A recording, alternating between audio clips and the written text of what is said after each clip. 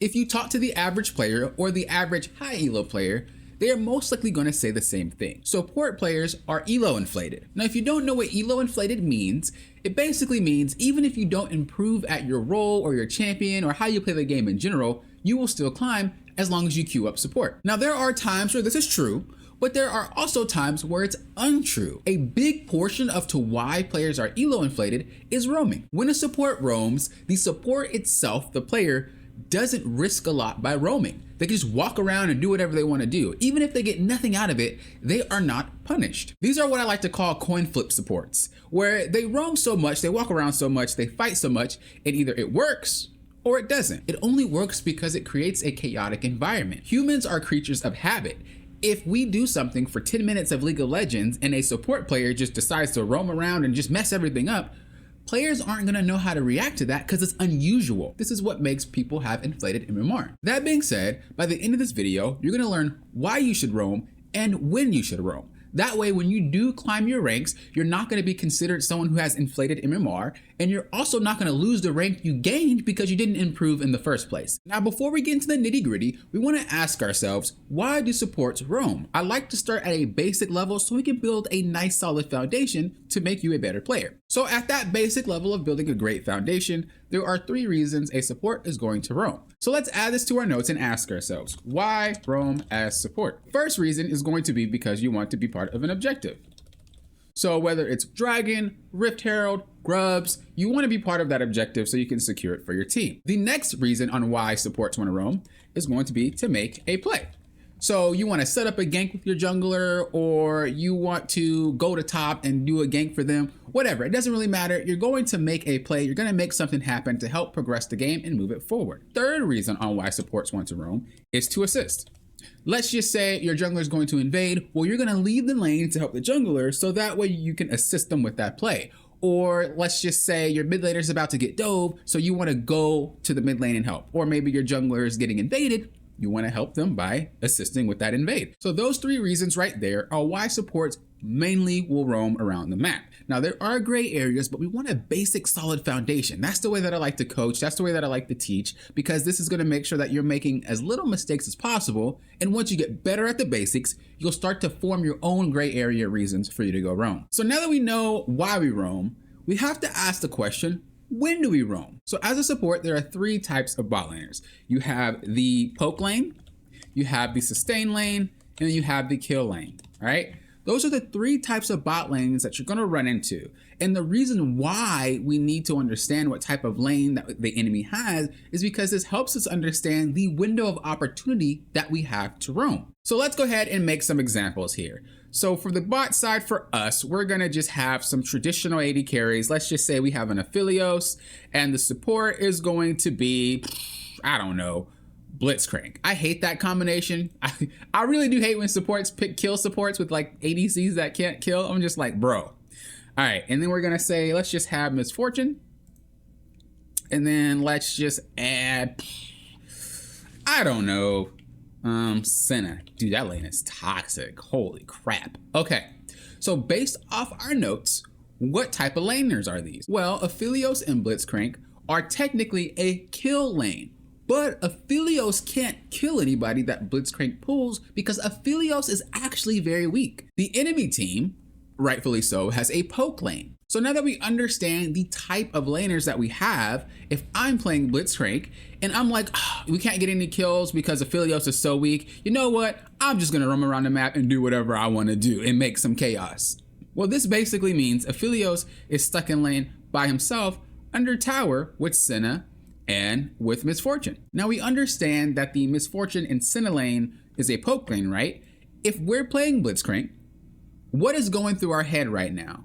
I have to get back to lane as soon as possible so I can help my ADC, or my ADC should be fine and I can be on the map for a lot longer. This is exactly why it's important to understand which laners you're going against, because as a support, you'll be able to understand how much time you can stay away from the lane. Realistically, this Aphelios should not be dying to Misfortune and Senna. The only way the Aphelios dies is if the jungler comes over here to dive. This is a poke lane, not a kill lane. There's no way that Aphelios dies unless he just sits there and just gets KO'd, right? He has enough time to then walk back, recall, and come back to lane.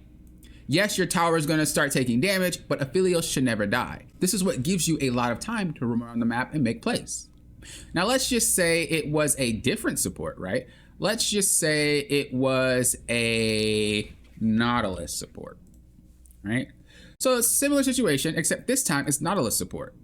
Anytime that Blitzcrank is not in this lane, this guy gets dove. Whether or not the jungler is there, Aphelios is dying every single time.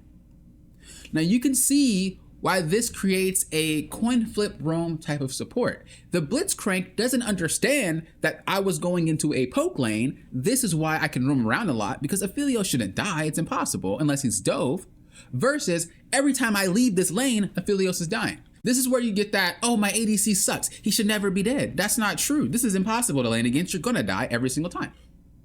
This means the window of opportunity that you have as the Blitzcrank player is slim. You need to either wait for Aphelios to recall, or you need to help Aphelios shove up and then go roam. When you come back, he'll be back in lane, or the wave will be reset, what have you, and you're able to support with him again. Your job as a support is to make sure that the ADC can lane safely. That's pretty much what it is. Now, something to note is that different supports will have a different reason to roam. A Blitzcrank support is obvious. I'm gonna go roam and then snatch somebody and we can get kills, woo, right? But if you're playing something like, let's just say, Janna, right? That whole thought process changes. You're not going to roam for kills. You can, it could happen, but that's not your priority. That's not your goal, right? This means as a support like this, your roams have to be a lot more strategic. This is what also makes it so that people that coin flip roam, or people that just like over roam and get elo inflated, end up losing their rank really quickly because they don't understand when they should roam. It just worked. If you're playing a Blitzcrank, you can roam all over the place and it'll work even if you suck, right? If you're playing a Janna, that's not gonna happen. You can't just do that. So what if you play other stuff and you're deciding to be a Janna main? You're not a higher elo Janna player, you are a coin flip roamer, and that's what we want to prevent with this video. So when you're playing Janna, you want to be more strategic about when you roam. In a lane like this, it's the same concept with Blitzcrank. I can't just be roaming around the map because my ADC will die whenever I'm gone. The same concept. But when we roam, we have to be impactful. Blitzcrank as a support is more impactful than a Janna any day of the week when it comes to getting a kill by just randomly roaming around. This means that we have to be more strategic in terms of roaming. This means we have to be smarter. So yes, if you guys want to know, players that play hook support do not have as much game knowledge as players who play enchanters. So anyone who actually thinks that enchanters are boosted and they all suck, it's actually incorrect. The hook players are the ones with less game knowledge because they can just roam around and get kills whenever they want to.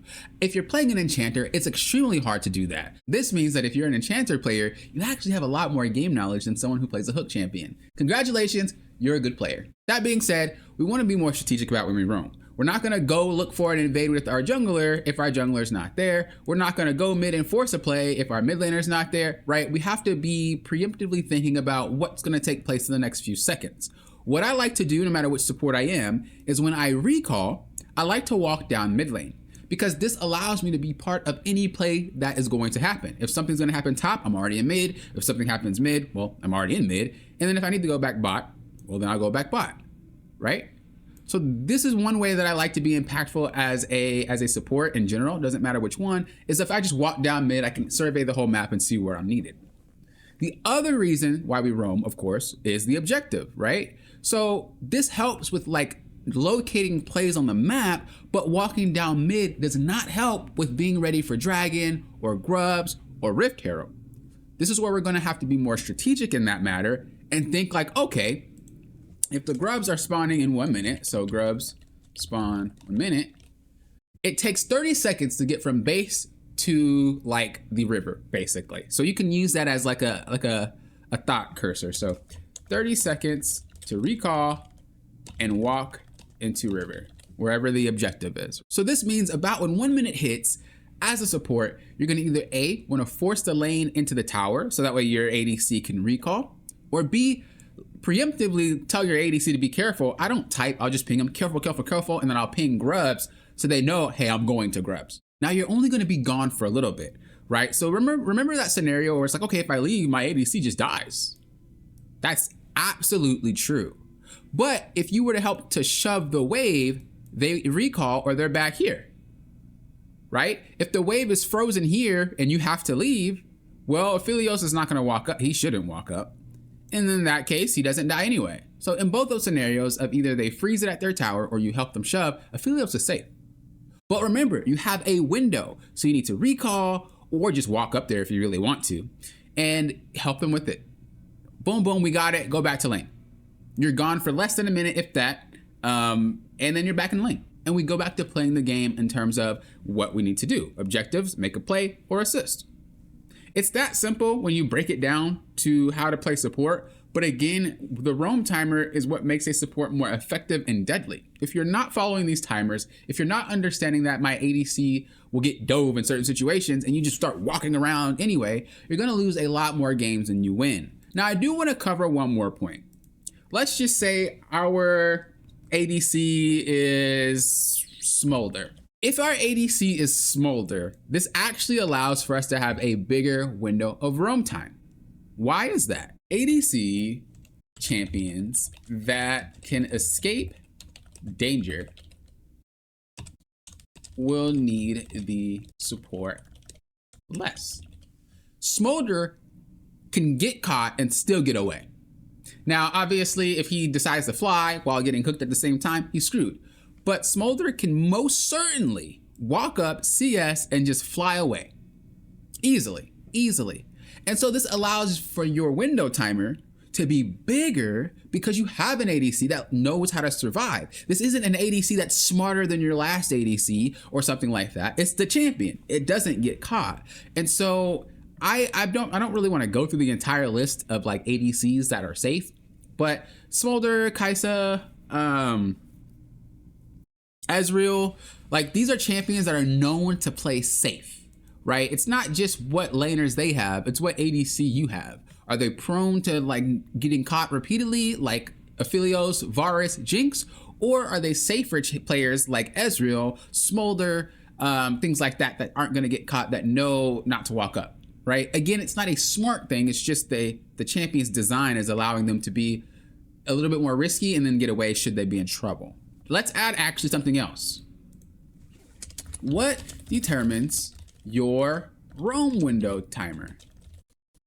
ADC will get low and dove by jungler, most likely, right?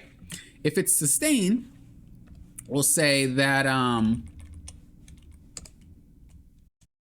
ADC should never be low, but possible to die to jungler, right? And then as kill, ADC will be dove by the support. Any day of the week, this is gonna happen. So this is gonna determine your window roam timer. If you're against the poke lane like the Misfortune and Senna, your window is bigger, but you do have to make sure that your jungle is warded, so that way this ADC just knows to leave should the jungler show up, right? You don't want them to just sit there without wards. Your window is bigger. Timer is big, right? For sustain, timer is massive. And then for kill, timer is short. All right. So if you're against a poke comp on the other side, or not a poke comp, I'm sorry, a poke lane, your window roam timer is big. It really just depends on how fast the ADC gets low. And this is going to be on you for monitoring the lane. And you're going to need to ward up for the jungler so that they don't get dove. Very rarely will an ADC be dove by poke laners. Very, very rarely, unless they are extremely low. And like I said, you'll need to be back before it gets to that point. Otherwise, the ADC will recall. If they do recall, well, kudos to you. You get a bonus window time because they recalled.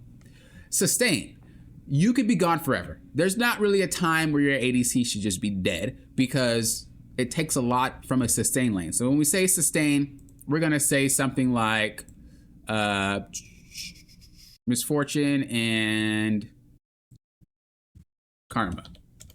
So it's kind of a poke lane, but like that is pretty much a sustain lane.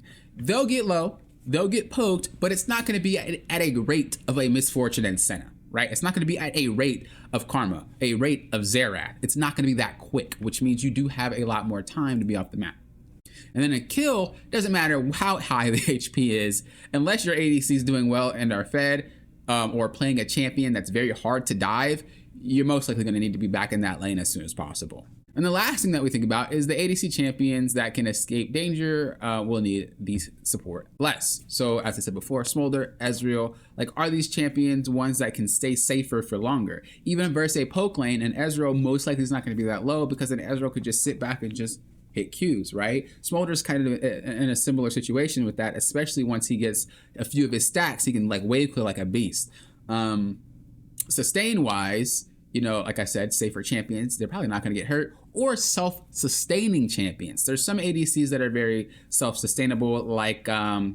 If Draven's first item is Bloodthirster, right? He can get a Vamp Scepter and boom, guy can stay in lane for as long as possible. Or a champion that has fleet of footwork. Like, these are champions that can sustain a little bit longer and kind of out-sustain the poke damage from something like a Sona.